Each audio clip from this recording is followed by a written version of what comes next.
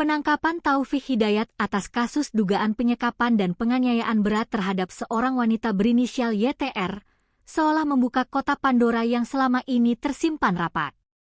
Pria berusia 30 tahun tersebut ternyata bukanlah orang baru dalam dunia kriminal. Di balik tindakan kejinya yang menyekap korban selama 3 tahun di Ranca Ekek, Bandung, terungkap fakta mengejutkan bahwa Taufik adalah seorang residivis kambuhan.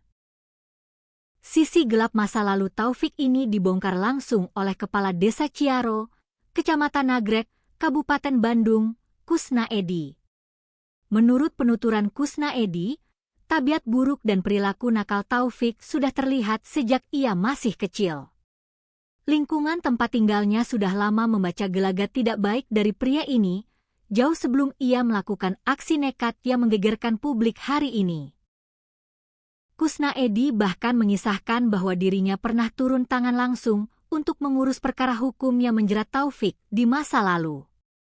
Sebelum kasus penyekapan ini mencuat, Taufik sudah pernah berurusan dengan hukum akibat terlibat dalam kasus penganiayaan dan penggelapan sepeda motor milik seorang warga Garut. Pada saat itu, Taufik sempat mendekam di sel tahanan Polsek Ranca Ekek untuk mempertanggungjawabkan perbuatannya sebelum akhirnya diseret ke meja hijau. Majelis hakim kemudian menjatuhkan vonis hukuman pidana penjara selama 1 tahun 6 bulan. Namun, jeruji besi tampaknya gagal memberikan efek jera. Kusna Edi mengaku, setelah Taufik menghirup udara bebas, ia hampir tidak pernah lagi melihat batang hidung Taufik, bahkan saat pelaku sesekali pulang ke kampung halamannya. Taufik seolah sengaja menarik diri, menyimpan rapat-rapat rencana keji yang kemudian ia lampiaskan kepada YTR. Kekejaman Taufik ternyata tidak hanya menyasar orang asing atau pasangan hidupnya. Kesaksian yang paling menyayat hati justru datang dari darah dagingnya sendiri, yaitu ayah kandung Taufik. Sang ayah mengaku pernah menjadi korban kebrutalan anaknya tanpa alasan yang jelas. Peristiwa kelam itu terjadi di sebuah hamparan sawah. Saat sang ayah sedang memeras keringat mencangkul tanah, Taufik yang kala itu berstatus pengangguran datang menghampiri. Bukannya membantu, Taufik justru menyerang ayah kandungnya secara membabi buta menggunakan sebatang kayu. Nyawa sang ayah berhasil selamat berkat aksi heroik rekan sesama petani yang berada di lokasi yang langsung melerai penganiayaan tersebut.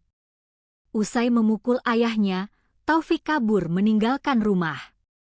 Meski seminggu kemudian ia kembali untuk meminta maaf, luka batin dan trauma mendalam telah tertanam di hati sang ayah. Rekam jejak kekerasan domestik ini menjadi bukti nyata betapa temperamental dan berbahayanya sosok Taufik Hidayat. Kini, setelah pelarian panjang sang residivis berakhir pada Selasa malam, 23 Juni 2026, secercah kedamaian akhirnya menghampiri korban, YTR. Melalui sebuah unggahan video di akun Instagram Erni1986 pada Rabu, 24 Juni, wanita berusia 29 tahun itu akhirnya buka suara. Sambil terbaring lemas di atas kasur rumah sakit demi memulihkan luka-luka di tubuhnya, YTR menyampaikan rasa lega yang teramat sangat. 3 tahun hidup dalam sekapan dan siksaan kini berganti dengan rasa aman. Dengan suara bergetar, ia menyampaikan terima kasih yang mendalam kepada jajaran kepolisian, khususnya Kapolda Jawa Barat, serta Gubernur Jabar Dedi Mulyadi yang telah mengawal kasus ini hingga pelaku tertangkap. Dari balik ruang perawatan, YTR menggantungkan harapan besar pada keadilan hukum. Ia meminta agar Taufik Hidayat dijatuhi hukuman yang seberat-beratnya, setimpal dengan setiap detik penderitaan yang harus ia tanggung selama 3 tahun terakhir.